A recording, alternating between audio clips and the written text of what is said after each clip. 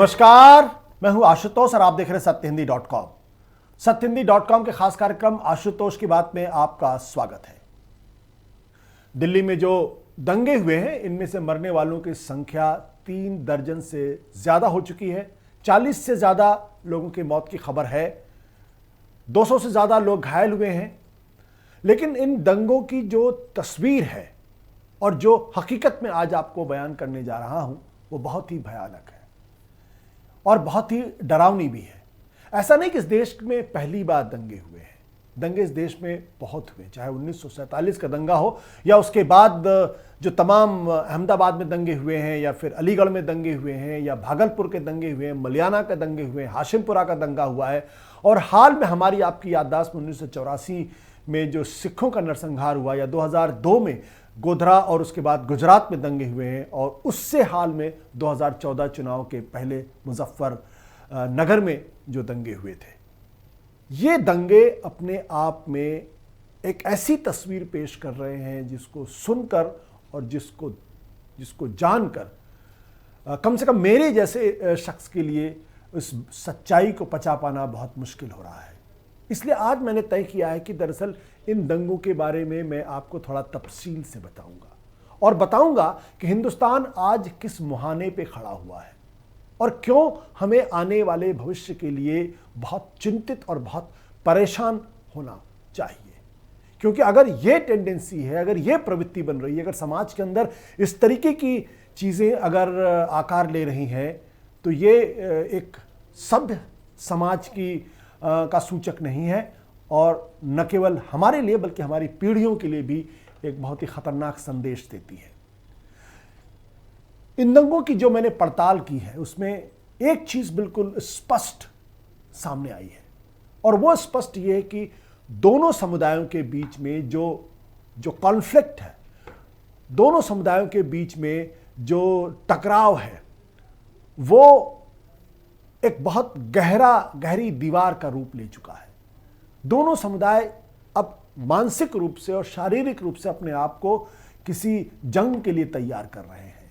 ये सच्चाई हमारे आंखों के सामने नजर आती है। दूसरी बात जो समझ में आती है कि जो गहराई है, जो नफरत की दीवार है, वो बहुत ज्यादा गहरी है, और दोनों समुदाय एक दूसरे को बहुत आशंका से देख रहे हैं, एक दूसरे के प्रति अविश्वास के साथ देख रहे हैं, और इस बात के लिए अपने आप को तैयार कर रहे हैं कि अगर भविष्य में कहीं एक दूसरे पर हमले हो तो वो उस हमले से निपटने के लिए पूरी तरीके से तैयार रहे।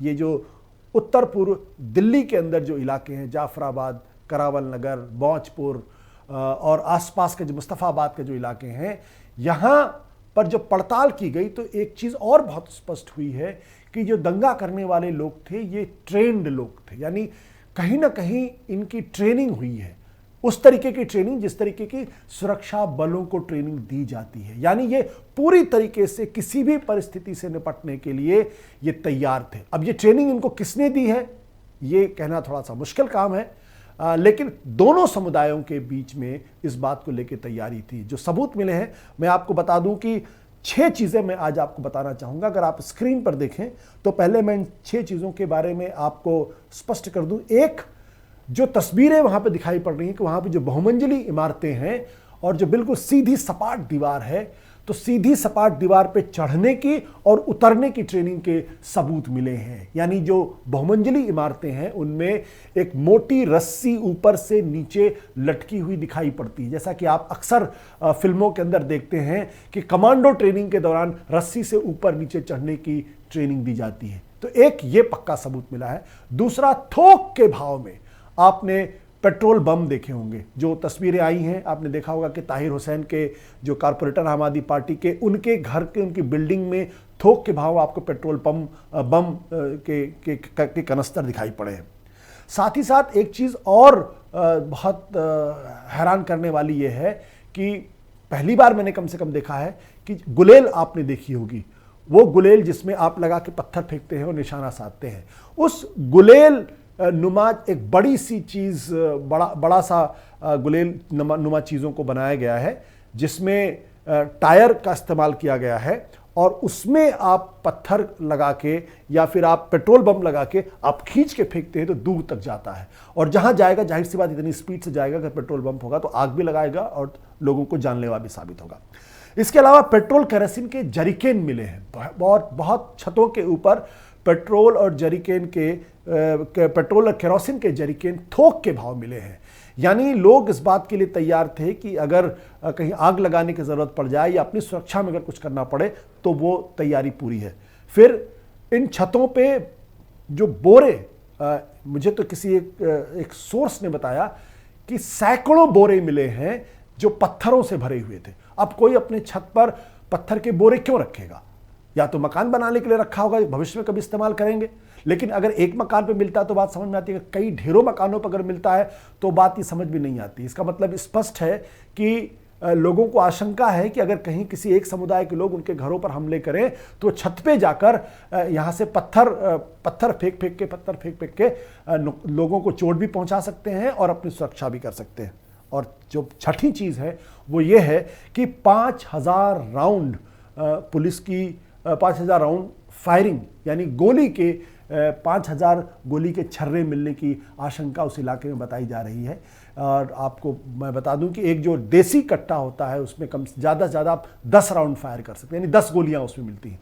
तो अगर किसी इलाके में 5000 से ज़्यादा अगर गोलियां मिलने की आशंका जताई जा रही है तो ये बात स्पष्ट है कि भारी संख्या में वहाँ हथियार पहले से उपलब्ध थे। अब ये हिंदू तबके के पास थे या मुस्लिम तबके के पास थे या किसी और तबके के पास थे, ये कहना मुश्किल है। लेकिन स्पष्ट है कि तैयारियां थीं। और जो दूसरी खबर मिल रही है उसके मुताबिक 82 जो लोग घायल हुए हैं, कम से कम 82 लोगों को पुलिस की गोली के निशान उनके शरीर पर पाए गए हैं। जो कुछ लोग मरे हैं, 3 दर्जन से ज़्यादा लोग मरे हैं, उसमें काफ़ी संख्या ऐसे लोगों की है जो पुलिस की गोलियों से मरे हुए हैं। और ऐसा तभी संभव होता है, और आपको मालूम है कि पुलिस 2 दिनों तक एक तरीके से नाकारा साबित हुई थी। तो यह कहना कि पुलिस की गोलियों से ये लोग मरे हैं, ये बात स्पष्ट नहीं है, क्योंकि पुलिस ने लाठीचार्ज तक करना भी इन दंगों को रोकने के लिए उचित नहीं समझा था। तो ऐसे में उनकी गोलियों से कौन मरता। और जो एक हेड कांस्टेबल मरे हैं वो पुलिस की वो गोली के निशान उनके शरीर पे मिले हैं, यानी गोली उनको मारी गई थी। इस पूरे घटनाक्रम में जो मैंने आपको बताया कि ऊंची सीधी सपाट दीवार से रस्सी का मिलना, यानी नीचे उतरना ऊपर चढ़ना, थोक के भाव में पेट्रोल बम का मिलना, टायर से बने बड़े बड़े गुलेल बनाना, पेट्रोल केरोसिन के जरिकेन का होना, बोरों में थोक के भाव बोरों में पत्थर का मिलना और 5000 राउंड गोली के मिलना, ये बिल्कुल स्पष्ट करता है कि पूरी तैयारी दोनों तबकों के पास थी और पूरी तरीके से वो किसी भी हमले के लिए पूरी तरीके से तैयार थे। खासतौर पर 2 चीज़ें मैं आपको बताना स्पष्ट चाहूँगा कि एक, जो ऊंची सीधी सपाट दीवार से उतरना, ऊंची सीधी सपाट से दीवार, अगर आप 5 मंजिली इमारत है या 6 मंजिली इमारत है और दीवार बिल्कुल सपाट है, यानी अगर आप नीचे देखें तो आपको डर लग सकता है और हो सकता है आपको चक्कर आ जाए, तो उस 5 मंजिली इमारत पे रस्सी लगाकर और वहां से नीचे आने का काम कोई साधारण व्यक्ति नहीं कर सकता है। ये वही व्यक्ति कर सकता है जिसको पूरी तरीके से रस्सी पर चढ़ने और उतरने की ट्रेनिंग हो, और खास तौर से ज़्यादा ऊंचाई से। इसका मतलब क्या है? इसका मतलब ये है कि कुछ लोगों को यह आशंका थी, जो ट्रेनिंग दी गई थी, कि अगर मान लीजिए किसी मकान को घेर लिया गया और आप छत के ऊपर मौजूद हैं तो फिर आप कैसे वहां से भागेंगे। तो उसकी एक ट्रेनिंग है कि आप फिर उस रस्सी के बहाने नीचे लटकाइए और फिर आप भाग सकते हैं। दूसरा, अगर मान लीजिए कि दंगाई मकान के अंदर घुस गए, छत पर पहुंच गए और नीचे भीड़ ने उनको घेर लिया, या फिर पुलिस ने अगर 3 तरफ से घेर लिया या 2 तरफ से घेर लिया या गली के किनारे से उनको घेर लिया, तो ये दंगाई जो हैं वो रस्सी नीचे करके वो रस्सी के सहारे नीचे जा सकते हैं, या किसी को हमला करने के लिए नीचे से ऊपर भी जा सकते हैं। ये ट्रेनिंग मिलिट्री कमांडो की ट्रेनिंग होती है, सुरक्षा बलों की ट्रेनिंग दी जाती है, सीआरपीएफ, बीएसएफ, पुलिस, इन सबको ट्रेनिंग दी जाती है। खासतौर पर कमांडो ट्रेनिंग में इसका इस्तेमाल होता है, जहां आप बड़ी तेजी के साथ ऊपर चले जाते हैं।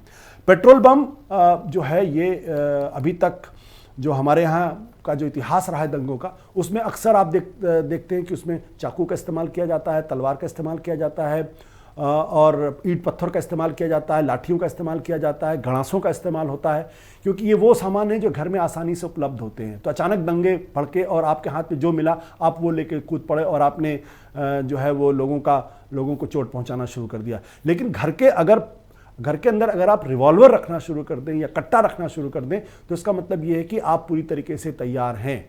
और क्योंकि ये कट्टे आसानी से उपलब्ध नहीं होते, या ये जो पिस्टल रिवॉल्वर्स हैं आसानी से नहीं उपलब्ध होते, ये गोलियां आसानी से उपलब्ध नहीं होती। आपने देखा होगा कि एक शख्स जो है दंगों के दौरान वो उसके हाथ में कट्टा है, रिवॉल्वर है, और वो पुलिस वालों की तरफ जो है वो तानता है और फिर उसके बाद पुलिस वाला उसको समझाने का प्रयास करता है, फिर वो 8 राउंड की गोलियां चलाता। शाहरुख नाम का ये शख्स था, हालांकि वो गायब हो गया, अभी तक पता नहीं कहाँ पे है। तो इतनी हिमाकत अगर कोई आम आदमी कर रहा है तो ये साफ तौर पर लगता है कि चाहे वो हिंदू हो चाहे वो मुसलमान हो, मैं किसी को आइडेंटिफाई नहीं कर रहा हूँ और ना मेरे पास ऐसी कोई जानकारी है कि कौन सा तबका इसमें था। इस बात की भी खबरें मिली हैं कि उत्तर प्रदेश के पश्चिमी उत्तर प्रदेश के इलाकों से एक ख़ास जाति के लोगों का इन्वॉल्वमेंट इस पूरे दंगे के दौरान देखा गया है। वो हिंदू भी थे और वो मुसलमान भी थे और कुछ और समुदाय के लोग भी थे, इस तरीके की भी खबरें आई हैं। लेकिन ये जो जानकारी है, ये जानकारी बिल्कुल स्पष्ट करती है कि अगर इस तरीके की तैयारी दोनों तबकों की तरफ से है, दोनों समुदायों की तरफ से है, दोनों धर्मों के लोगों की तरफ से है, तो वो अपने आप को किसी भी आकस्मिक हमले के लिए, किसी भी आकस्मिक जंग के लिए वो पूरी तरीके से तैयारी कर रहे हैं और हर तरीके से अपनी तैयारी कर रहे हैं और अगर ज़रूरत पड़े तो वो किसी भी हद तक जा सकते हैं। और अंत में मैं ज़रूर कहना चाहूँगा कि जो आईबी का ऑफिसर अंकित शर्मा है, उसके शरीर पर 400 से ज़्यादा चाकू के निशान हैं। 400, किसी का अगर कत्ल करना होता, कोई पेशेवर या प्रोफेशनल अगर कत्ल करता है तो 1 चाकू मारता या 2 चाकू मारता। 400 चाकू के निशान किसी के शरीर पर मिलने का मतलब ये है कि नफ़रत की इंतहा है और इतनी नफ़रत थी कि शायद मरने के बाद तक भी उसको चाकू मारा गया हो। तो अगर समुदायों के बीच में अगर इस हद तक अगर नफ़रत हो जाएगी तो फिर ज़िंदगी आगे कैसे बढ़ेगी और हिंदुस्तान कैसे एक रहेगा और कैसे हिंदू मुसलमान सिख ईसाई एक साथ रह पाएंगे, ये अपने आप में एक बड़ा सवाल पैदा होता है। हमारा संविधान और हमें इस बात की इजाज़त देता है कि हम एक आधुनिक समाज रहेंगे, एक धर्मनिरपेक्ष समाज रहेंगे, एक सेकुलर समाज रहेंगे, जहाँ हिंदू मुसलमान सिख ईसाई भाई भाई की नज़र से रहेंगे और वो एक दूसरे के धर्मों का सम्मान करेंगे, एक दूसरे के तीज त्यौहार में हिस्सेदारी करेंगे और एक दूसरे के पूजा स्थलों के प्रति जो है वो इज़्ज़त और सम्मान और विनम्रता का परिचय देंगे। लेकिन अगर नफ़रत की दीवार इतनी ज़्यादा गहरी हो जाएगी, इतनी बड़ी हो जाएगी, तो फिर हिंदुस्तान में सभी धर्मों के लोगों का साथ रहना अपने आप में एक बड़ा सवाल पैदा कर देगा और ये देश के लिए बहुत ही ख़तरनाक स्थिति होने जा रही है। हमारे जो बच्चे होंगे, हमारे जो आने वाली पीढ़ी, हमारे बाद की जो पीढ़ियां हैं, अगर वो इस ख्याल के साथ जिएंगे कि दूसरे समुदाय का आदमी जो है वो हमारा दुश्मन है और उससे हमारी जान को ख़तरा हो सकता है और वो हम पे कभी भी हमला कर सकता है, तो फिर आप किस समाज में सांस ले रहे हैं और क्या ऐसे समाज को सभ्य कहना चाहिए, ये सोचने वाली बात है। मुझे लगा कि ये सारी बातें आपको बतानी चाहिए, इसलिए मैंने आपके सामने बात रखी है। नमस्कार, धन्यवाद, शुक्रिया।